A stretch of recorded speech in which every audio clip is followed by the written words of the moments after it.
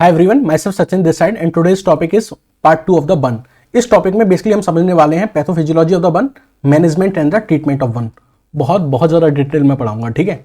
तो चलिए, इससे प्रीवियस लेक्चर में हमने डिस्कस किया था बर्न का पार्ट 1, जिसमें हमने आपको बताया था burn and its types, classification of the burn, areas of cutaneous injury and the Wallace rule of 9। तो अगर आपको ये सारे टॉपिक्स पढ़ने हैं तो आप प्रीवियस लेक्चर देख लीजिए।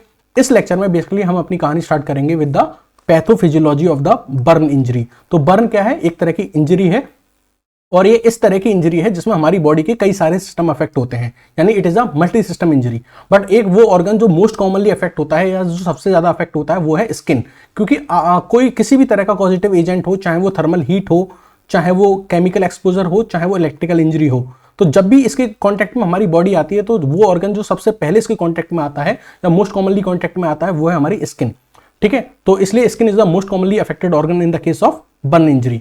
अब मान लीजिए इनमें से कोई भी पॉजिटिव एजेंट स्किन के कांटेक्ट में आता है तो हमको स्किन के अंदर दिखने को मिलती है कोएगुलेटिव नेक्रोसिस। तो वो नेक्रोसिस का मतलब होता है सेल डेथ। क्या होता है? Cell death. तो यहाँ सेल डेथ हो रही है किसकी वजह से? एक्सटर्नल एजेंट की वजह से सेल डेथ हो रही है। सेल डेथ का जो नेचर है वो कैसा? कोएगुलेटिव तरह की नेक्रोसिस है। कोएगुलेटिव का मतलब ये है कि जो हमारा टिश्यू होगा उसकी आर्किटेक्चर डिटेल्स तो परसिस्ट करेंगी, बट सेलुलर डिटेल और न्यूक्लियर डिटेल लॉस्ट हो जाएंगी। कहने का मतलब ये है, जब आप टिश्यू को देखेंगे तो आप ये पहचान पाएंगे ये बॉडी का कौन से पार्ट का टिश्यू है, ये हाथ था, पैर था, गर्दन थी, क्या था। बट जब आप उस टिश्यू का एक सेगमेंट लेके अगर आप माइक्रोस्कोप में देखेंगे तो अगर आप सेल का जो शेप देखेंगे, साइज देखेंगे, तो वो आपको डिस्टॉर्टेड दिखेगा, यानी सेलुलर डिटेल्स और न्यूक्लियर डिटेल्स क्या हो जाती हैं? लॉस्ट हो जाती हैं, but architecture detail of the tissue persist करती हैं। तो मान लीजिए इनमें से कोई सा भी जो पॉजिटिव एजेंट था वो हमारे किसके कांटेक्ट में आया? स्किन के कांटेक्ट में आया। तो स्किन का कोई भी पार्ट इसने क्या किया? इंजर्ड किया, तो वो टिश्यू क्या कहलाएगा? इंजर्ड टिश्यू कहलाएगा। अब जो इंजर्ड टिश्यू के जो पास वाली सेल्स होती हैं वो रिलीज करती हैं एक लोकल हार्मोन। क्या रिलीज करती हैं? एक लोकल हार्मोन, और इस लोकल हार्मोन का नाम है प्रोस्टाग्लैंडिन। क्या नाम है? प्रोस्टाग्लैंडिन। ये प्रोस्टाग्लैंडिन जाके किस पे एक्ट करता है? मास्ट सेल पे जाके एक्ट करता है, और मास्ट सेल जो होती हैं वो अब रिलीज करती हैं क्या? Vaso active peptides. क्या रिलीज करती हैं? वैसो एक्टिव पेप्टाइड्स रिलीज करती हैं। तो रिलीज होता है वैसो एक्टिव पेप्टाइड्स, जिसका एग्जांपल है हिस्टामिन। तो जब हिस्टामिन रिलीज होता है तो ये जाके एक्ट करता है किसके ऊपर? ब्लड वेजल्स के ऊपर। तो जब ये ब्लड वेजल्स के ऊपर जाके एक्ट करता है तो जो ब्लड वेजल्स की जो कैपिलरी परमिएबिलिटी होती है वो इंक्रीज हो जाती है। तो हिस्टामिन जब ब्लड वेजल्स पे जाके एक्ट किया तो इस ब्लड वेजल्स की जो कैपिलरी परमिएबिलिटी थी वो इंक्रीज हो गई, और परमिएबिलिटी इंक्रीज हो गई तो इसके अंदर का जो कंटेंट था, ब्लड था, प्लाज्मा था, वो बाहर आना स्टार्ट करेगा। और जब ये बाहर आना स्टार्ट करेगा तो ये कहां जाके एक्यूमुलेट हो जाएगा? ये एक्यूमुलेट हो जाएगा ब्लड वेजल्स के बाहर in the extra vascular compartment. तो जब ये एक्स्ट्रा वस्कुलर कंपार्टमेंट में जाके जमा हो जाएगा तो आपको क्या देखने को मिलेगा? उस जगह आपको इडिमा देखने को मिलेगा, स्वेलिंग देखने को मिलेगी, ठीक है। चलो यहां तक बात क्लियर है। अब क्या हुआ कि जो ब्लड वेजल्स थी उनके अंदर का जो कंटेंट था, ब्लड था या प्लाज्मा था, वो बाहर आ गया, तो उनके अंदर आपको क्या देखने को मिलेगा? लॉस ऑफ फ्लूइड देखने को मिलेगा। यानी कि हम ये कह रहे हैं कि इंट्रावस्कुलर कंपार्टमेंट में लॉस ऑफ फ्लूइड हुआ है, जिसकी वजह से एक कंडीशन अराइज होती है। उस कंडीशन को हम बोलते हैं सीवियर हाइपोवोलेमिया। सीवियर हाइपोवोलेमिया मतलब क्या होगा? Decrease in the blood volume. तो ब्लड वॉल्यूम डिक्रीज होता है, साथ ही साथ इलेक्ट्रोलाइट का इम्बैलेंस भी देखने को मिलता है, क्योंकि प्लाज्मा कंटेंट बाहर निकल चुका है। तो हम देखते हैं कि सोडियम का जो है वो लैक हो जाता है और पोटेशियम आयन की एक्सेस हो जाती है इनसाइड द ब्लड वेजल्स। अच्छा, टोटल ब्लड वॉल्यूम कम हुआ है। टोटल ब्लड वॉल्यूम कम हुआ है तो हार्ट के पास जो ब्लड पहुंचेगा वो भी कम होगा, और हार्ट के पास ब्लड कम पहुंचेगा तो फिर जो पंप करेगा हार्ट वो भी कम ही पंप करेगा, क्योंकि जब उसके पास आ ही कम रहा है तो वो भेजेगा भी क्या करेगा? कम ही भेजेगा। तो इसकी वजह से हमें क्या देखने को मिलता है कि कार्डियक आउटपुट डिक्रीज देखने को मिलता है। आप ये जानते हैं कि मान लीजिए ये आपका हार्ट है, ठीक है, इसमें है 4 चैम्बर। ये है आपका राइट ऑरिकल, ये है आपका राइट वेंट्रिकल, ये है आपका लेफ्ट ऑरिकल, और ये है आपका left ventricle. Left ventricle 1 minute में जितना ब्लड पंप करता है उसको हम क्या बोलते हैं? कार्डियक आउटपुट बोलते हैं। अब हार्ट के पास ब्लड आ ही कम रहा है, ब्लड क्या है? कमी आ रहा है, तो ये भेजेगा भी क्या? कम ही भेजेगा, निकालेगा भी कम ही निकालेगा। तो जब कम निकालेगा तो इसकी वजह से एक और कॉम्प्लिकेशन अराइज होगी, उसको हम बोलेंगे हाइपोटेंशन, यानी कि लो बीपी की कंडीशन भी क्या होगी? अराइज होगी। अच्छा, अगर ब्लड कम पहुंच रहा है, ब्लड क्या हो रहा है? हमारी बॉडी के पार्ट्स पे कम पहुंचेगा, क्योंकि कार्डियक आउटपुट जो है वो डिक्रीज हो गया है। कार्डियक आउटपुट डिक्रीज हो गया है तो बॉडी के पार्ट्स में जो ब्लड पहुंचेगा वो भी कम पहुंचेगा, यानी टिश्यू के अंदर जो परफ्यूजन होगा, ब्लड परफ्यूजन होगा, वो क्या हो जाएगा? डिक्रीज हो जाएगा। अच्छा, ब्लड कम पहुंच रहा है तो इसका मतलब ऑक्सीजन भी कम पहुंच रही होगी, और ऑक्सीजन कम पहुंच रही है तो हमारी बॉडी के जो टिश्यूज हैं उनके अंदर आपको क्या देखने को मिलेगी? हाइपोक्सिक इंजरी देखने को मिलेगी। क्या देखने को मिलेगी? हाइपोक्सिक इंजरी देखने को मिलेगी। और ऐसी ही हाइपोक्सिक इंजरी हमें देखने को मिलती है इन द लंग्स, और साथ ही साथ लंग्स में हमको इडिमा भी देखने को मिलता है।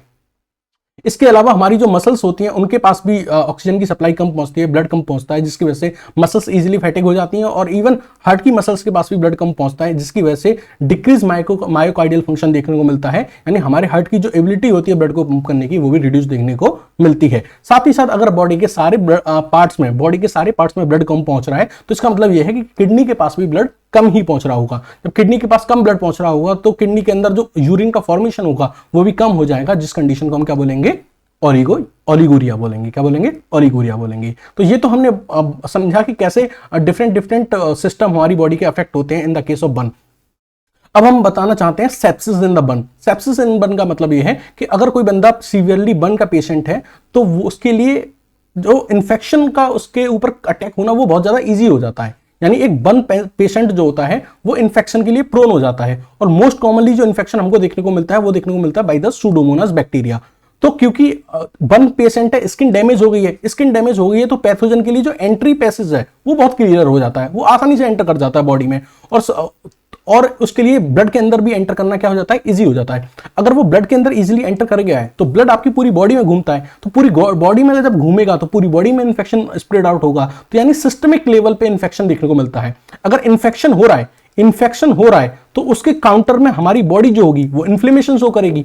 इन्फ्लेमेशन क्या है? इन्फेक्शन से बचने की जो प्रतिक्रिया है हमारी बॉडी के द्वारा, वही इन्फ्लेमेशन है। तो सिस्टमिक लेवल पे आपको क्या देखने को मिलेगा? इन्फ्लेमेटरी रेस्पॉन्स देखने को मिलेगा बाय अवर द बॉडी। साथ ही साथ इतना वाइड लेवल पे जब इन्फ्लेमेशन होगा तो कहीं ना कहीं हमारा इम्यून सिस्टम भी क्या होगा, उसमें भी डिप्रेशन देखने को मिलेगा, क्योंकि इतना ज्यादा हाई लेवल का इन्फेक्शन फैल चुका है हमारी बॉडी में, तो हमारा जो इम्यून सिस्टम है उसको कोप अप नहीं कर पाता है। जब हमारा इम्यून सिस्टम उसको कोप अप नहीं कर पाता है तो हमारे मल्टीपल ऑर्गन्स जो होते हैं वो धीरे धीरे करके फेल होना स्टार्ट करते हैं, जिसको हम बोलते हैं multiple organ dysfunction syndrome, MODS। ठीक है, सो ये हमको सेप्सिस में देखने, इसी को हम बोलते हैं सेप्सिस। जो हमारे मल्टीपल ऑर्गन जो होते हैं वो डिसफंक्शन करना स्टार्ट कर जाते हैं, so it is called sepsis, और इस केस में क्या हो सकती है, पेशेंट की डेथ भी हो सकती है। तो यहां तक आपको समझ में आया? अब हम बात करेंगे एक और कॉम्प्लिकेशन के बारे में जो हमें बर्न के पेशेंट में यूजुअली देखने को मिलती है। वो ये है कि जो बर्न के पेशेंट होते हैं उनके अंदर हमको यूरिया प्रोडक्शन जो है वो इंक्रीज्ड देखने को मिलता है। उनके अंदर, उनके ब्लड में यूरिया का अमाउंट बहुत ज्यादा देखने को मिलता है। उसका रीजन क्या है? देखो, अगर पेशेंट बर्न इंजरी हुई है उसके अंदर, तो उसके अंदर स्ट्रेस या एंजाइटी तो आती है। उस स्ट्रेस या एंजाइटी की वजह से उसकी बॉडी में कुछ हार्मोन्स रिलीज होते हैं, जैसे कैटेकोलामाइंस, ग्लूकागॉन एंड कॉर्टिकोस्टेरॉइड्स। ये हार्मोन जो होते हैं वो क्या करते हैं, हमारी बॉडी के जो मेटाबॉलिज्म है उसको बहुत ज्यादा बढ़ा देते हैं, यानी हाइपर मेटाबॉलिज्म कॉज कर देते हैं हमारी बॉडी में। जब मेटाबॉलिज्म हाई होगा तो आपकी बॉडी के अंदर जो हीट होगी वो भी ज्यादा जनरेट होगी, और इतनी ज्यादा हीट जनरेट होती है कि उस पर्सन को फीवर हो जाता है। ये फीवर जो है वो इन्फेक्शन की वजह से नहीं हुआ है, this fever is due to the hyper metabolism. Hyper metabolism में क्या होता है, लिपिड का ब्रेकडाउन होने लगता है, प्रोटीओलाइसिस, प्रोटीन का ब्रेकडाउन होने लगता है। साथ ही साथ हमारी स्केलेटल मसल्स जो होती हैं उनके अंदर से ग्लूटामाइन और एलानाइन का जो रिलीज होता है वो भी बहुत बढ़ जाता है। ठीक है, तो अगर आप यहां देख रहे हैं कि यहां पे प्रोटीनूरिया हो रहा है, क्या हो रहा है, सॉरी, प्रोटियोलाइसिस हो रही है। क्या हो रही है? प्रोटियोलाइसिस हो रही है। हाइपर मेटाबॉलिज्म की वजह से प्रोटीन बहुत ज्यादा टूट रही है, और प्रोटीन जब टूटेगी तो वो अमीनो एसिड में टूटेगी, और अमीनो एसिड से क्या बनेगा, यूरिया बनेगा। तो due to increase in the proteolysis, urea का प्रोडक्शन हमें क्या देखने को मिलता है, इंक्रीज देखने को मिलता है। एक और मोस्ट कॉमन कॉम्प्लिकेशन के बारे में बात करें in the burn patient, that is curling ulcer. Curling ulcer हमको किसके अंदर देखने को मिलता है, बर्न पेशेंट के अंदर देखने को मिलता है। कर्लिंग अल्सर क्या है? ये एक स्ट्रेस अल्सर है जो कि मोस्ट कॉमनली हमें कहां देखने को मिलता है, ड्यूडेनम, या फिर मोस्ट कॉमनली GIT में देखने को मिलता है, और GIT में भी मोस्ट कॉमनली कहां देखने को मिलता है, इन द ड्यूडेनम देखने को मिलता है। कर्लिंग अल्सर कब प्रोड्यूस होता है बॉडी के अंदर, जब किसी भी पेशेंट की टोटल बॉडी सरफेस का ग्रेटर देन 1/3 अगर क्या हो गया हो, बर्न हो गया हो, यानी टोटल बॉडी सरफेस एरिया का 1/3 से ज्यादा अगर पर्सन बर्न हो चुका है तो उस केस में स्ट्रेस अल्सर प्रोड्यूस होते हैं, जिनको हम क्या बोलते हैं, कर्लिंग अल्सर बोलते हैं। ठीक है, देखो, जब भी हमारे GIT में अल्सर होता है तो हम ये मानते हैं कि इसका जो कॉज है वो है increased acid secretion, but curling ulcer के केस में जो कॉज है वो इंक्रीज एसिड कंसंट्रेशन नहीं है, इंक्रीज इन एसिड नहीं है। उसमें कॉज क्या है, ड्यू टू दिस स्ट्रेस या एंजाइटी, जो ब्लड का अमाउंट पहुंचना था इन द म्यूकोसल सरफेस वो नहीं पहुंच पा रहा है। यानी क्या हुआ है कि आपको पता है कि बर्न की वजह से क्या हुआ है, हाइपोवोलेमिया हुआ है, यानी decrease in the blood volume हुआ है। तो जब ब्लड वॉल्यूम डिक्रीज हुआ है तो जो म्यूकोसा सेल्स हैं या म्यूकोसा की जो लेयर है उसके पास भी ब्लड कम पहुंच पा रहा है। ब्लड कम पहुंच पा रहा है तो इनके अंदर जो म्यूकोजल डिफेंस है वो डिक्रीज हो जाता है। ठीक है, इनकी पावर कम हो जाती है क्योंकि इनके पास ब्लड कम पहुंच रहा है, खाना कम पहुंच रहा है। ठीक है, ऑक्सीजन कम पहुंच रही है, तो म्यूकोजल सरफेस जो होता है वो डैमेज होने लगता है। म्यूकोजल सरफेस डैमेज होने लगेगा तो एसिड जो हमारी बॉडी में सिक्रेट हो रहा है वो बहुत जल्दी इस पर अटैक करेगा। तो एसिड यहाँ पे बन तो उतना ही रहा है जितना बनता है, बट क्योंकि म्यूकोसल सरफेस जो बचाने वाला था वो डैमेज हो चुका है, इसकी वजह से असर ज्यादा देखने को मिलता है और पर्सन के अंदर क्या देखने को मिलते हैं, अल्सर देखने को मिलते हैं। आप कर्लिंग अल्सर को कभी भी कुशिंग अल्सर के साथ कंफ्यूज मत करिएगा। कुशिंग अल्सर भी क्या है, एक तरह का स्ट्रेस अल्सर है। कहां देखने को मिलता है, उन पेशेंट के अंदर देखने को मिलता है जिनके अंदर हेड इंजरी होती है, सर में चोट लग जाती है। बट यहां पे जो कुशिंग अल्सर में जो अल्सर होते हैं वो होते हैं due to increase in the acid secretion. Cushing ulcer के केस में जो हमारा स्टमक है उससे एसिड का सिक्रेशन बढ़ जाता है, but in the case of this curling ulcer acid का सिक्रेशन क्या है, नॉर्मल है। तो यहां पे अल्सर क्यों हो रहे हैं, यहां पे अल्सर इसलिए हो रहे हैं ताकि जो म्यूकोजल मेम्ब्रेन थी हमारी, ये डैमेज हो चुकी है due to hypovolemia, due to decrease in the blood volume, tissue perfusion.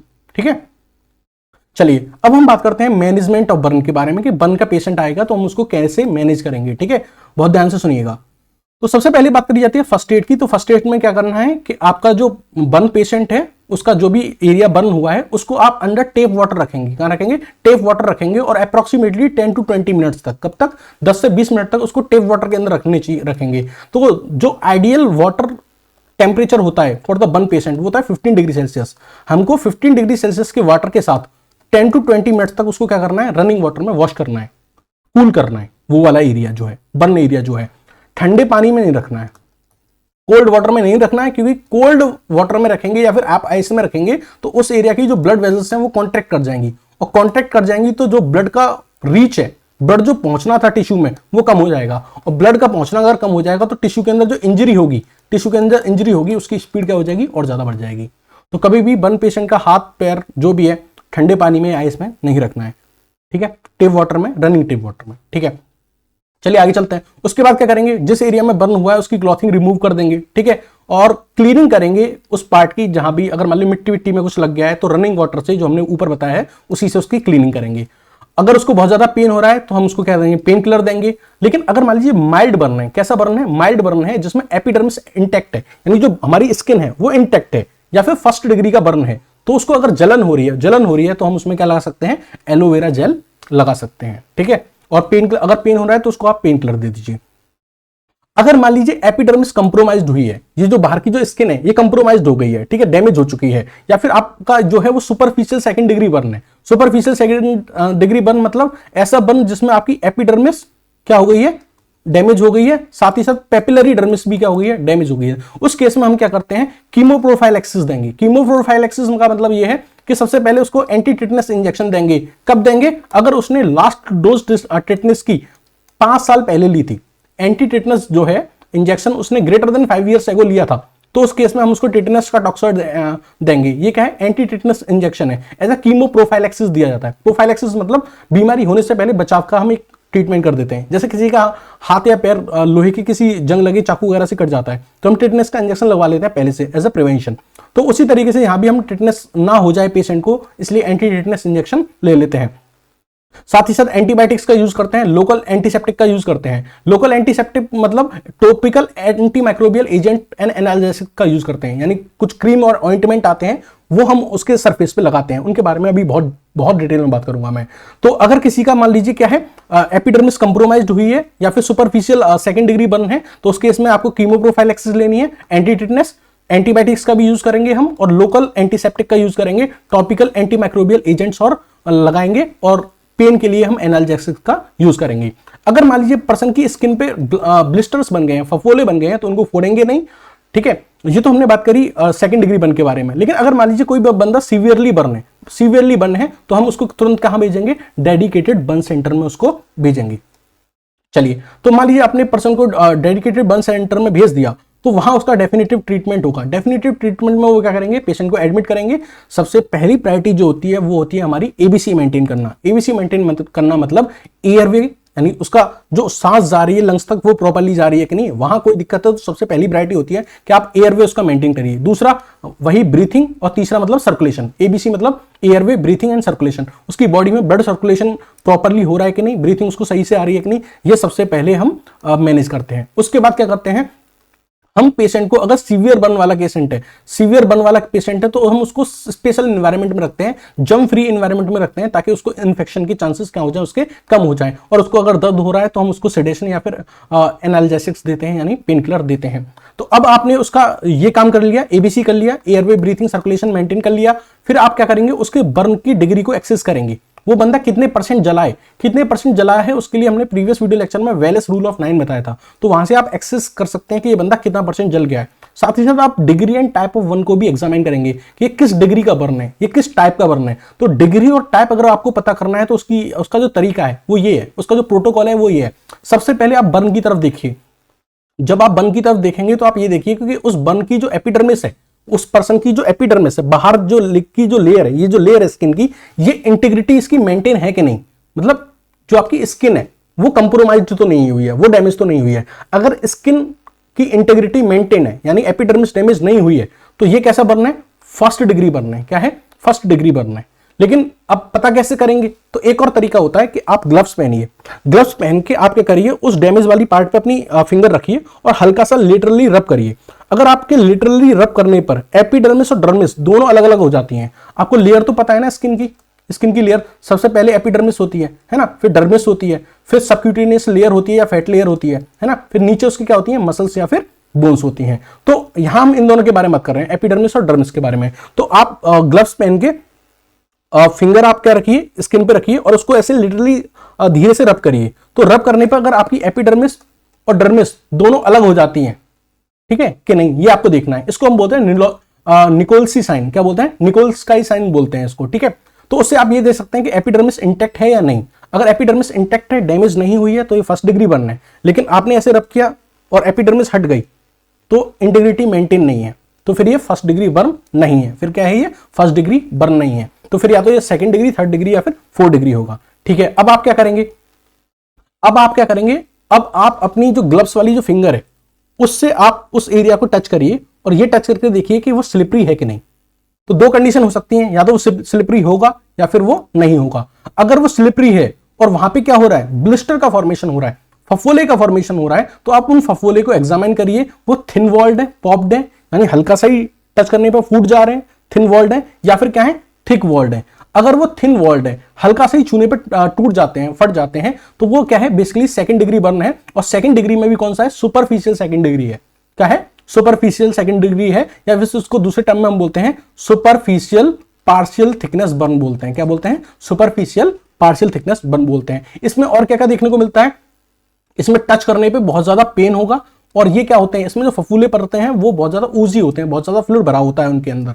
और ये क्या शो करता है, ब्लैंचिंग शो करता है। ब्लैंचिंग शो करने का मतलब ये है कि उस एरिया को जब आप टच करोगे ना, तो टच करने पर वो एरिया एकदम व्हाइट या पेल हो जाएगा, क्योंकि उस एरिया का जो ब्लड है वो साइड में डिफरेंशिएट हो जाएगा, साइड में चला जाएगा। और जैसे ही आप प्रेशर हटाएंगे, स्किन वापस हटाएंगे, वो वापस क्या करेंगी, कैपिलरी फ्लूइड को क्या कर लेंगी, एब्जॉर्ब कर लेंगी, ब्लड को एब्जॉर्ब कर लेंगी। तो ब्लैंचिंग देखने को मिलती है। ब्लैंचिंग का मतलब होता है कि अगर आप उस एरिया पे प्रेशर लगाएंगे या टच करेंगे तो वो व्हाइट या पेल कलर की हो जाएगी, बट ये टेम्परेरी है। जैसे आप उस प्रेशर को हटाएंगे, अपना हाथ हटाएंगे, तो वो वापस अपना कलर रिटेन कर लेगा, ठीक है।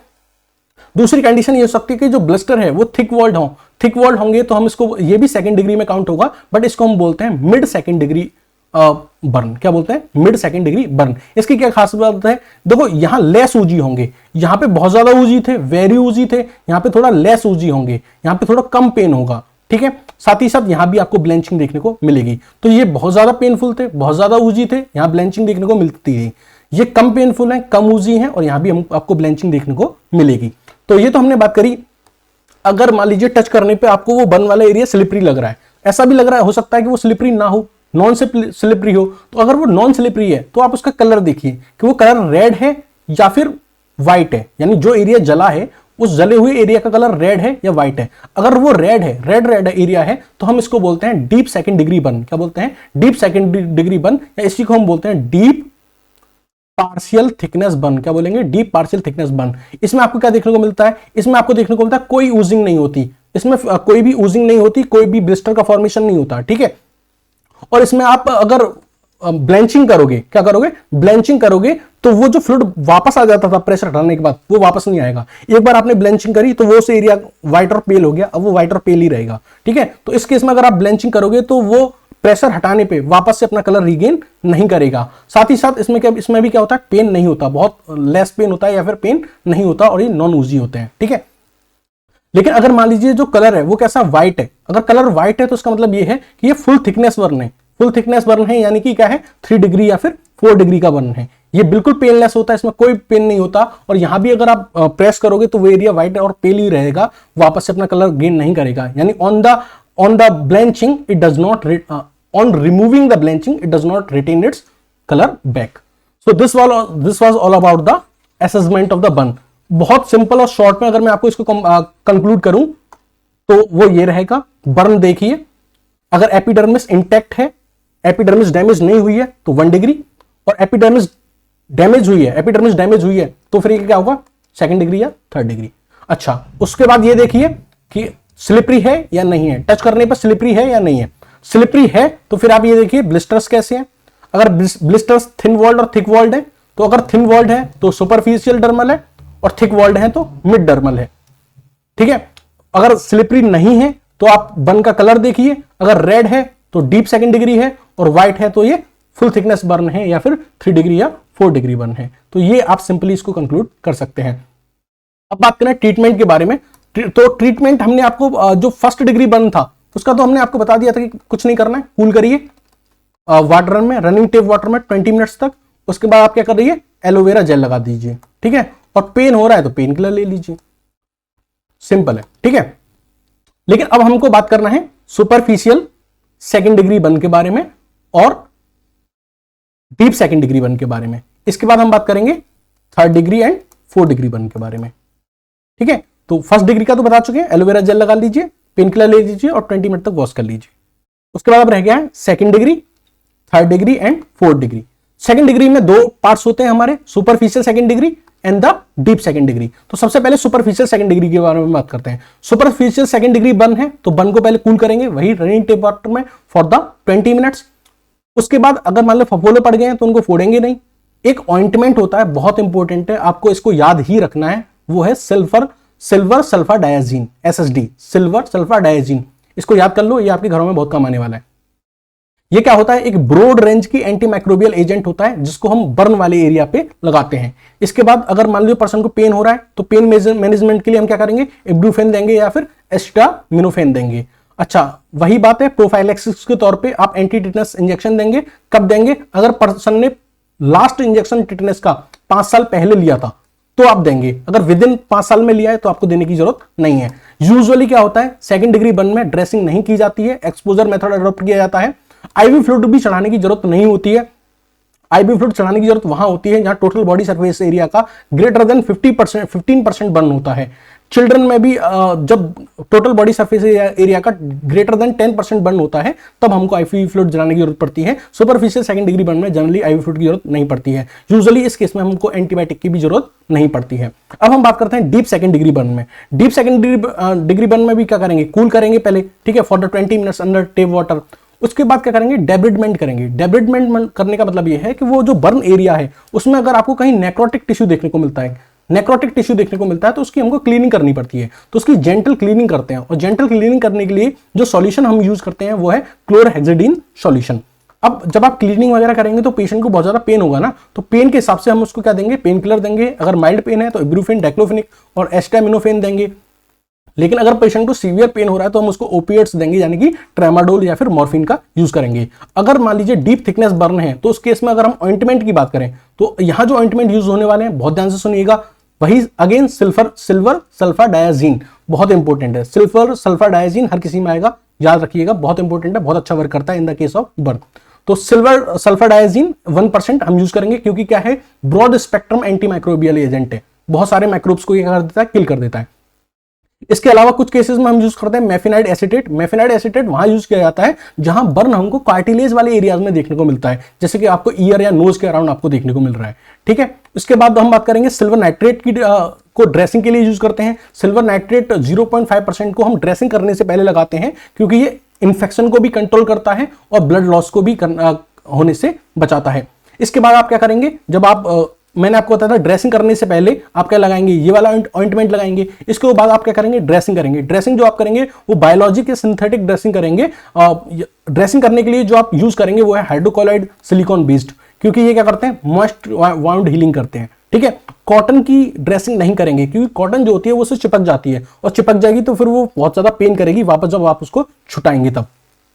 डीप, हम बात कर रहे हैं डीप सेकंड डिग्री बर्न के बारे में। तो डीप सेकंड डिग्री बर्न में हम क्या यूज करते हैं, एंटीबायोटिक यूज कर सकते हैं, ठीक है, on the basis of requirement. तो यहां जो एंटीबायोटिक यूज होती हैं वो टॉपिक एंटीबायोटिक्स होती हैं, यानी जो बर्न वाले एरिया पे लगाई जाती हैं ऐसी एंटीबायोटिक्स। उनके नाम है बेसिट्रासिन जो कि माइल्ड बर्न में यूज होती है, और म्यूपिरोसिन। म्यूपिरोसिन जो होती है वो यूज होती है मर्सा के लिए। मर्सा क्या है, methicillin resistant streptococcus aureus bacteria है, ठीक है।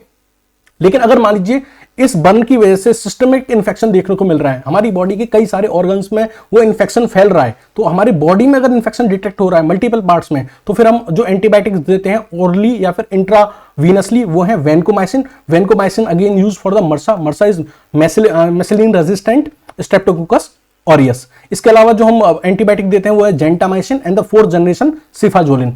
ये दोनों जो एंटीबायोटिक्स हैं, gentamicin and 4th generation cefazolin, ये दी जाती हैं for the treatment of the for the infection of the gram positive and the gram negative bacteria. इसके अलावा इसमें आईवी फ्लूइड की, यानी कि इसमें डीप सेकंड डिग्री बर्न में आईवी फ्लूइड की भी जरूरत पड़ सकती है, और न्यूट्रिशनल सपोर्ट की भी जरूरत पड़ती है। आईवी फ्लूइड तब दिया जाता है जब जो हमारा एडल्ट है, एडल्ट का टोटल बॉडी सरफेस एरिया का ग्रेटर देन 15 उसको बर्न हो गया है। और चाइल्ड की बात करें तो चाइल्ड के अगर टोटल बॉडी सरफेस एरिया का ग्रेटर देन 10% बर्न हो गया है तो उस केस में भी आईवी फ्लूइड की जरूरत पड़ती है। कितना आईवी फ्लूइड चढ़ाएंगे उसको मैं नेक्स्ट वीडियो में शूट करूंगा। इसके बाद हम देखेंगे कि उसकी इनहेलेशन में कोई दिक्कत तो नहीं है, उसका एयरवे क्लियर तो है कि नहीं। मैंने आपको बताया था एयर वाला हमारा पहली प्रायोरिटी होता है। जब भी पेशेंट आता है तो हमको एबीसी मेंटेन करना होता है, एयरवे, ब्रीथिंग एंड सर्कुलेशन। तो हमारा अगर आपको देखने को मिल रहा है कि कहीं भी इनहेलेशन इंजरी है तो आपका जो पहली प्रायोरिटी होनी चाहिए वो क्या रहनी चाहिए कि आप उसके इनहेलेशन को, आपकी उसकी ब्रीथिंग को क्या करें, बहुत सही करें, ठीक है। अगेन यहाँ पे अगर पेशेंट ने जो इंजेक्शन है टिटनेस का वो 5 साल पहले लिया हुआ है तो आप उसको anti tetanus injection as a prophylaxis देंगे। तो this is all about the treatment of the deep second degree burn. अब हम बात करते हैं फुल थिकनेस बर्न की ट्रीटमेंट के बारे में। फुल थिकनेस बर्न यानी कि 3rd डिग्री बर्न है, जिसमें आपकी एपिडर्मिस, डर्मिस, सबक्यूटेनियस लेयर तीनों इन्वॉल्व हो जाती हैं, या फिर आपका कंप्लीट फुल थिकनेस बर्न है, या एक्सटेंसिव फुल थिकनेस बर्न है जिसमें आपका 4th डिग्री बर्न आता है, जिसमें आपकी मसल्स या बोन तक इन्वॉल्व हो जाती हैं। तो उसके लिए जो ट्रीटमेंट होता है हम उसके बारे में डिस्कस करते हैं। So now we are going to discuss about the treatment for the full thickness burn. तो फुल थिकनेस बर्न में वही सारी चीजें रहेंगी जो डीप पार्शियल थिकनेस बर्न में रही थी, ठीक है। जो चीजें की गई ठंडा कूल करना इस टेम्परेचर पे, वो सारी चीजें सब कुछ वही रहेगा। इसमें एक्स्ट्रा क्या करना है वो मैं बता देता हूं। यानी 3rd डिग्री वाला जो, सॉरी, डीप सेकंड डिग्री वाला अभी जो हमने पहले पढ़ा है जस्ट पहले, वो सारी चीजें रहेंगी। इसके अलावा एक्स्ट्रा क्या रहेगा वो मैं बता देता हूं। वहां पे हमने ऑइंटमेंट जो यूज किया था एंटी माइक्रोबियल, वो सिल्वर सल्फा डायाजीन यूज किया था। यहाँ पे कॉम्बिनेशन यूज करते हैं, combination of silver sulfa diazine and the cerium nitrate. अब जो यहाँ पे हम एक्सट्रम सीरियम नाइट्रेट यूज कर रहे हैं, इसका काम ये होता है कि ये हमारी बॉडी को इम्यून डिप्रेशन में जाने से बचाता है, यानी हमारे इम्यूनिटी को वीक होने से रोकता है। इसके अलावा क्या है, एक्स्ट्रा क्या है, देखो यहाँ पे बॉडी ज्यादा जल गई है तो इन्फेक्शन के चांसेस भी ज्यादा होंगे, इसलिए हमको एंटीबायोटिक्स भी यहाँ क्या करनी पड़ती हैं, थोड़ी हैवी वाली यूज करनी पड़ती हैं। एंटीबायोटिक कौन सी यूज करेंगे, तो 4th generation vancomycin with the piperacillin and the tazobactam. ये क्या होती है, ब्रॉड रेंज एंटीबायोटिक होती है, बहुत सारे बैक्टीरिया को किल करने में हेल्प करेगी। लेकिन हमें कुछ एक स्पेशल एंटीबायोटिक और एडिशनल यूज करती है for the gram negative bacteria and the anaerobic infection, that is cefepime and the metronidazole. तो ये कुछ स्पेशल एंटीबायोटिक है जो फुल थिकनेस बर्न में यूज होती हैं। इसके अलावा जो पेशेंट होता है उसको हमको इमरजेंसी मेडिकल केयर देनी पड़ती है, यानी बहुत ही संभाल के रखना पड़ता है, आईसीयू में रखना पड़ता है, जर्म फ्री एनवायरनमेंट में रखना पड़ता है। उसको आईवी फ्लूइड भी देना पड़ता है ताकि हम उसके सर्कुलेशन और हाइड्रेशन को क्या कर सकें, मेंटेन कर सकें। जरूरत पड़ने पर हमको सर्जिकल मैनेजमेंट भी करने पड़ते हैं, स्क्लेरोटॉमी करनी पड़ती है। स्क्लेरोटॉमी क्या है, surgical removal of scar. Scar क्या होता है, मैंने आपको बताया था प्रीवियस वीडियो में कि जो बर्न एरिया है वहां पे कभी कभी काले कलर की थिक एक डेड टिश्यू की लेयर बन जाती है ओवर द बर्न पार्ट। तो जो बर्न वाला पार्ट है उसके ऊपर एक काली थिक डेड टिश्यू की एक लेयर बन जाती है, हार्ड कोटिंग बन जाती है, जिसको स्कार बोलते हैं। और इसके अंदर क्या होने लगता है, टाइटनेस होने लगती है। इसके अंदर जब टाइटनेस होने लगती है तो उस एरिया में जो ब्लड वेजल्स का और नर्व्स का जो सप्लाई हो रहा था वो क्या होने लगता है, रेस्ट्रिक्ट होने लगता है। जब वो रेस्ट्रिक्ट होने लगता है तो उस एरिया में ब्लड फ्लो कम हो जाता है, और ब्लड फ्लो कम हो जाता है तो उस एरिया में हाइपोक्सिक टिश्यू इंजरी होने को देखने को मिलती है, जिसकी वजह से उसके अंदर इरिवर्सिबल टिश्यू डैमेज देखने को मिलता है। कहने का मतलब ये है कि जो स्कार का फॉर्मेशन हुआ है, स्कार का फॉर्मेशन होने की वजह से ब्लड वेजल्स और नर्व जो होती हैं उन पे प्रेशर जनरेट होने लगता है। इस कंडीशन को हम बोलते हैं कंपार्टमेंट सिंड्रोम। क्या बोलते हैं? कंपार्टमेंट सिंड्रोम बोलते हैं। तो ब्लड वेजल्स और नर्व्स जो होती हैं इन पे प्रेशर पड़ने लगता है, इन पे प्रेशर पड़ने लगता है तो ब्लड का जो सप्लाई होता है वो कम हो जाता है, ब्लड सप्लाई क्या हो जाता है? रिड्यूस हो जाता है, जिसकी वजह से हाइपोक्सिक इंजरी होती है। हाइपोक्सिक इंजरी होगी तो क्या होगा? इरिवर्सिबल डैमेज होगा। क्या होगा? इरिवर्सिबल डैमेज होगा, इरिवर्सिबल टिश्यू डैमेज देखने को मिलता है। बात समझ में आ रही है? स्क्लेरोटॉमी जो हमको देखने को मिलती है बेसिकली ये हम करते हैं in the case of circumferential burn. Circumferential burn मतलब वो बर्न जिसमें हमारी बॉडी का एक लार्ज हिस्सा क्या होता है? इंक्लूड होता है, जैसे कि लिम्स हुए, आर्म या लेग, चेस्ट हुआ या एब्डोमेन हुआ। तो सर्कमफेरेंशियल बर्न्स के केस में ही हमको क्या देखने को मिलता है? कंपार्टमेंट सिंड्रोम देखने को मिलता है। कंपार्टमेंट सिंड्रोम के बारे में मैंने अभी बात करी। कंपार्टमेंट सिंड्रोम क्या होता है? कंपार्टमेंट सिंड्रोम वो कंडीशन होती है जिसमें क्या होता है कि जो बर्न वाला एरिया होता है उसमें प्रेशर जो होता है वो इंक्रीज हो जाता है, क्योंकि उस वाले एरिया में स्कार का फॉर्मेशन होने लगता है। ब्लैक कलर की एक डेड लेयर बन जाती है जिसको स्कार बोलते हैं, और उस स्कार की वजह से क्या होने लगता है? उस मसल कंपार्टमेंट में, उस एरिया की जो मसल कंपार्टमेंट में, उसमें इंक्रीज प्रेशर देखने को मिलता है, जिसकी वजह से वहां पे ब्लड फ्लो कम हो जाता है और नर्व डैमेज होने लगती हैं, जिसकी वजह से उस एरिया में टिश्यू डैमेज जो होने लगता है वो इरिवर्सिबल टिश्यू डैमेज होने को देखने को मिलता है। ठीक है। इसके अलावा कुछ केसेस में हम फेसियोटॉमी भी करते हैं। फेसियोटॉमी क्या है? एक सर्जिकल प्रोसीजर है। तो अगर मान लीजिए कहीं भी सर्कमफेरेंशियल बर्न है, तो सर्कमफेरेंशियल बर्न होगा तो वहां पे क्या होगा? कंपार्टमेंट सिंड्रोम होगा। कंपार्टमेंट सिंड्रोम होगा तो उस एरिया में ब्लड फ्लो क्या हो जाएगा? कम हो जाएगा, और डैमेज नर्व जो होंगी वो डैमेज होने लगेंगी। तो हम इसको रोकेंगे ना, तो कैसे रोकेंगे? हम एक इंसीजन लगाएंगे। क्या लगाएंगे? इंसीजन लगाएंगे। किसमें? उस स्कार में। उस स्कार में हम एक इंसीजन लगाएंगे। इंसीजन लगा के क्या होगा? इंसीजन से क्या होगा कि उस एरिया का जो प्रेशर होगा वो रिलीव हो जाएगा कंपार्टमेंट में। बात समझ में आ रही है? तो फेसियोटॉमी वहां की जाती है जहां पे कंपार्टमेंट सिंड्रोम होता है। कंपार्टमेंट सिंड्रोम मतलब स्कार फॉर्मेशन हो गया और वो बहुत ज्यादा टाइट हो रहा है, जिसकी वजह से ब्लड वेजल्स और नर्व डैमेज हो रही है। तो आप एक फेसिया में एक इंसीजन मार देते हैं। उस इंसीजन मारने से उस एरिया का जो प्रेशर होता है वो क्या हो जाता है? रिलीव हो जाता है। 4th डिग्री बर्न में स्किन ग्राफ्टिंग भी करनी पड़ती है, जिसमें हम मोस्ट प्रोबेबली प्रेफर करते हैं ऑटोग्राफ्ट। ऑटोग्राफ्ट मतलब अपनी ही स्किन अदर पार्ट से निकाल के लगा लो। ठीक है। अगर कोई इंसान बहुत ही ज्यादा जल गया, उसके पास अपनी स्किन नहीं है, तो हम एलोग्राफ्ट यूज कर लेते हैं, दैट इज कैडेवर स्किन, या फिर आर्टिफिशियल स्किन सब्सटीट्यूट आती हैं, कुछ आर्टिफिशियल मेम्ब्रेन्स आती हैं, बायोब्रेन बोलते हैं उनको, उनका यूज कर लेते हैं। 4th डिग्री बर्न के केस को या 3rd डिग्री बर्न के केस को न्यूट्रिशनल सपोर्ट की भी बहुत जरूरत होती है, उसका भी हम ख्याल रखते हैं with the ivy fluids. So this was all the treatment of the 3rd degree या 4th डिग्री बर्न। एक बार मैं क्विक रिव्यू कर लेता हूं कुछ स्पेशल चीजों के बारे में। सबसे पहले बर्न का जो वुंड होता है उसकी 2 तरीके से केयर की जाती है। एक होता है एक्सपोजर मेथड और एक होता है क्लोजर मेथड। एक्सपोजर मेथड वो मेथड होता है जिसमें आप अपना ऑइंटमेंट लगा देते हैं और उस एरिया को खुला छोड़ देते हैं। ऐसा किया जाता है 1st degree and superficial second degree burn में। लेकिन एक ऐसा भी केस होता है जहां पे आप अपना ऑइंटमेंट लगा देते हैं, उसके बाद उसकी ड्रेसिंग कर देते हैं, दैट इज क्लोज्ड मेथड। और ये किया जाता है डीप 2nd डिग्री बर्न या फिर 3 डिग्री या 4 डिग्री बर्न के केस में, यानी कि in the deep 2nd degree burn और in the case of the full thickness burn. दोनों में क्या अंतर है वो समझिएगा। एक्सपोजर मेथड में ड्रेसिंग नहीं की जाती है और इसमें हम क्या करते हैं? अपना एंटीबायोटिक लगा देते हैं, दैट इज सिल्वर सल्फर डायजीन, और इसको हम दिन में 2 से 3 बार लगाते हैं। ठीक है। ये यूजुअली कहां परफॉर्म किया जाता है? In the case of 1st degree और the superficial 2nd degree burn, और in the case of the burn of the face and the hand. Disadvantage क्या है? खुला है तो पेन ज्यादा होगा और हीट लॉस भी होती रहेगी और इन्फेक्शन होने के भी चांसेस ज्यादा रहेंगे। क्लोज मेथड में क्या है कि आपने जो आपकी जो ऑइंटमेंट थी आपने उसको लगाई, उसको लगाने के बाद आपने ड्रेसिंग कर दी। ठीक है। ऑइंटमेंट क्या थी आपकी? वही SSD या फिर सिल्वर नाइट्रेट। ड्रेसिंग आपको चेंज करनी है दिन में 2 बार। ठीक है। इसका फायदा क्या है? इसका फायदा ये है कि इसमें पेन कम होता है, हीट लॉस कम होता है और कंटेमिनेशन के चांसेस भी कम रहते हैं, क्योंकि वो क्या रहता है? बंद रहता है। अच्छा, तो इसका डिसएडवांटेज क्या है? इसका डिसएडवांटेज ये है कि अगर आपने टाइम रहते आपने वो जो ड्रेसिंग थी वो नहीं बदली, दिन में 2 बार बदलनी है ना, अगर आपने टाइम रहते वो ड्रेसिंग नहीं बदली तो फिर इन्फेक्शन के चांसेस और ही ज्यादा बढ़ जाते हैं, बहुत ज्यादा बढ़ जाते हैं। ये इसका सिर्फ डिसएडवांटेज है। अच्छा, ऑइंटमेंट कौन कौन से यूज करते हैं उनके बारे में हम एक बार और डिटेल में डिस्कस कर लेते हैं। तो ointment, topical ointment that is used in the burn. तो सबसे पहले मैंने आपको बात करी थी सिल्वर सल्फर डायजीन, मोस्ट इंपोर्टेंट, सारे बर्न पेशेंट में यूज होता है। ये क्या है? ब्रॉड स्पेक्ट्रम एंटी माइक्रोबियल है, एज अ प्रोफाइलैक्सिस भी हम इसको देते हैं। और किस बैक्टीरिया के अगेंस्ट मेनली वर्क करता है? For the Pseudomonas and the MRSA. MRSA is methicillin resistant staphylococcus aureus. इसके बाद मैंने आपको बताया 0.5% सिल्वर नाइट्रेट यूज करते हैं ड्रेसिंग के लिए। क्यों? क्योंकि ये इन्फेक्शन को कंट्रोल करता है, साथ ही साथ ब्लड लॉस भी कम करता है। ये जो सूडोमोनास कॉलोनी बना रहा होता है उसके खिलाफ ज्यादा अच्छा वर्क करता है और जब आप पेशेंट को सिल्वर नाइट्रेट लगाओगे तो उसके आसपास का जो फर्नीचर होगा वहां पे आपको ब्लैक ब्लैक देखने को मिलेगा। इसके बाद मैंने आपको मेफेनाइड एसीटेट के बारे में बताया था, दैट इज 5% यूज किया जाता है। ये उन पेशेंट में दिया जाता है जिनके कार्टिलेज के अराउंड बर्न होता है, ठीक है। ये जनरली यूएसए में यूज किया जाता है, पेनफुल टू अप्लाई होता है, लेकिन जिस पेशेंट में ये यूज होता है उसके अंदर मेटाबॉलिक एसिडोसिस कर सकता है, इसलिए हम इसको अवॉइड करते हैं। मेटाबॉलिक एसिडोसिस मतलब उस पेशेंट के अंदर जो एसिड का कंसंट्रेशन है वो ये बढ़ा देता है, उसकी वजह से उसके ब्लड के अंदर जो पीएच की वैल्यू होती है वो क्या हो जाती है, लो हो जाती है।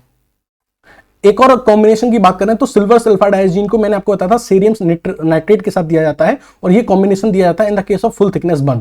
क्यों दिया जाता है आपको पता है, सिल्वर सल्फाडाइजीन के बारे में मैंने बताया था कि ये तो अच्छा एंटी माइक्रोबियल एजेंट है, और जो सीरियम नाइट्रेट होता है ये क्या करता है, हमारी बॉडी को इम्यून डिप्रेशन में जाने से बचाता है, यानी हमारी इम्यूनिटी को वीक होने से रोकता है, यानी जो सेल मीडिएटेड इम्यून सप्रेशन हमारी बॉडी के अंदर क्रिएट हो रहा होता है उसको प्रिवेंट करता है। साथ ही साथ ये क्या करता है, ये जो दोनों कॉम्बिनेशन है ये हार्डनिंग इफेक्ट शो करते हैं ऑन द स्किन, यानी स्किन के ऊपर स्कार का फॉर्मेशन इंड्यूस करते हैं। स्कार क्या होता है, बेसिकली एक प्रोटेक्टिव एनवायरनमेंट होता है, जो बर्न के ऊपर जब एक स्कार एक डेड लेयर बन जाती है तो फिर वो अंदर जो इन्फेक्शन होने से क्या करती है, उसको रोकती है। वो बात अलग है, हमें फेसियोटॉमी करनी पड़ती है, इंसिजन लगाना पड़ता है, बट स्कार क्या है, एक अच्छी लेयर होती है, एक ब्लैक ड्राई कलर की लेयर होती है जो अंदर के पार्ट को बाहर वाले एक्सपोज्ड एनवायरनमेंट से सेव करके रखती है। So this was all about the ointment that is used in the burn। अब हम बात करते हैं ड्रेसिंग मटेरियल के लिए कि क्या क्या ड्रेसिंग मटेरियल यूज होते हैं in the case of the burn patient. तो there are 5 types of dressing materials. One is alginate, second is foam, third is hydrocolloid, fourth is hydrogel and fifth is the transparent film. इन पांचों के बारे में बात कर लेते हैं। एलजीनेट जो होता है वो एब्जॉर्प्टिव होता है, नॉन एडहेरेंट होता है, चिपकेगा नहीं, जहां भी आपको लगाओगे वुंड पे वो चिपकेगा नहीं, और कैसा होगा, एब्जॉर्प्टिव नेचर होगा। और एब्जॉर्प्टिव नेचर का है तो जाहिर सी बात है इसको वहां यूज किया जाएगा, ऐसे वुंड में यूज किया जाएगा जो हाई ड्रेनेज वुंड है, मतलब जहां पे सिक्रेशन एक्सुडेट बहुत ज्यादा निकल रहा है उस केस में यूज किया जाता है। फोम भी कैसा है, एब्जॉर्प्टिव नेचर का है, नॉन एडहेरेंट है, और इसका भी यूज कहां किया जाता है, हाई ड्रेनेज वुंड, यहाँ पे बहुत ज्यादा एक्सुडेट निकल रहा है, बहुत ज्यादा पस निकल रहा है, बहुत ज्यादा व्हाइट लिक्विड निकल रहा है, उस केस में दिया जाता है। तो सर ये दोनों सेम है, दोनों में डिफरेंस क्या है, जो फोम वाला जो है इसको नॉन ड्रेनेज वुंड में आप नहीं दे सकते, दिस इज कॉन्ट्रा इंडिकेटेड, यहाँ इसको दे सकते हैं, ठीक है। ना talking about the hydrocolloid, hydrocolloid जो है ये मॉडरेट ऑब्जेक्टिव है, मॉडरेट एब्जॉर्प्टिव है, यानी कि जो हाई ड्रेनेज वुंड है उसमें आप इसको नहीं दे सकते। कहां दे सकते हैं, ऐसे वुंड में देंगे जो मॉडरेटली फ्लूइड रिलीज करते हैं, मॉडरेट पस निकल रहा है, मॉडरेट व्हाइटिश फ्लूइड निकल रहा है, उस केस में आप उसको दे सकते हैं। इसकी खास बात क्या ये होती है, ये ऑटोलाइटिक डेब्रिडमेंट कराता है, यानी कि उस वुंड वाले एरिया में अगर नेक्रोसिस हो रही है, टिश्यू डेथ हो रही है, तो उस डेड टिश्यू को धीरे धीरे करके खुद ही क्या करता है, निकालता रहता है। साथ ही साथ ये दिया जाता है in the bed source and stresses ulcer. Bed source मतलब ये होता है कि मान लीजिए वो बर्न का पेशेंट है, बहुत टाइम से बेड पे पड़ा हुआ है, तो बेड की जो हीट है उसकी वजह से उसकी बॉडी में अल्सर हो जाते हैं, तो उस केस में ये दिया जाता है। Next talking about the hydrogel, hydrogel क्या है, लो एब्जॉर्प्टिव पावर है इसकी, लो एब्जॉर्प्टिव पावर है तो जाहिर सी बात है हाई ड्रेन वुंड में तो देंगे नहीं, कहां देंगे, जहां बहुत ही कम अमाउंट में क्या निकलता हो, एक्सुडेट निकलता हो। लेकिन इसका मेन फंक्शन क्या है, इसका मेन फंक्शन ये है कि जो ये क्या करता है, वुंड में मॉइस्चर रिटेन करके रखता है, उसको बहुत ज्यादा एक्सट्रीमली ड्राई होने से बचाता है, डिहाइड्रेशन से बचाता है। Last is fifth, that is transparent film. Transparent film कैसी होती है, नॉन एब्जॉर्प्टिव टाइप का ड्रेसिंग मटेरियल होता है। नॉन एब्जॉर्प्टिव टाइप का है तो जाहिर सी बात है ऐसे वुंड में नहीं देंगे जहां पे क्या होती हो, ड्रेनिंग होती हो। खास बात क्या है, फैसिलिटेट ऑटोलाइटिक डेब्रिडमेंट, यानी कि अगर नेक्रोसिस हो रही है, नेक्रोटिक टिश्यू क्रिएट हो रहा है बर्न वाले वुंड में, तो उस नेक्रोटिक टिश्यू को क्या करता रहता है, निकालता रहता है। Now talking about the last, antibiotics used in the burn. तो मैंने आपको बताया था फर्स्ट डिग्री बर्न है या फिर सुपरफिशियल सेकंड डिग्री बर्न है तो वहां तो कोई एंटीबायोटिक यूज नहीं करते हैं, बट अगर डीप सेकंड डिग्री बर्न है, यानी पार्शियल थिकनेस बर्न है, डीप सेकंड डिग्री बर्न है, तो उस केस में अगर आप टॉपिकल एंटीबायोटिक यूज कर रहे हैं तो आप यूज करते हैं bacitracin, that is for the mild burn, and the mupirocin for the MRSA, methicillin resistance streptococcus aureus. अच्छा, सिस्टमेटिक इन्फेक्शन है तो उसमें हम यूज करते हैं vancomycin for the MRSA and the gentamicin and the generation 4 cefazolin for the gram negative and gram positive bacteria. अगर हम बात करें फुल थिकनेस बर्न है, दैट इज 3 डिग्री बर्न और द 4 डिग्री बर्न, तो उस केस में हम एडवांस एंटीबायोटिक यूज करते हैं, that is the generation 4 vancomycin and the piperacillin tazobactam, जो कि क्या है, बहुत वाइड रेंज की एंटीबायोटिक हैं, और ये तो हैं। इसके अलावा for the gram negative bacteria and for the anaerobic infection we use the cefepime and the metronidazole. So this was all about the management and the treatment of burn along with the pathophysiology of the burn. ये video आपको कैसा लगा comment section में बताइएगा। Thank you and have a nice day.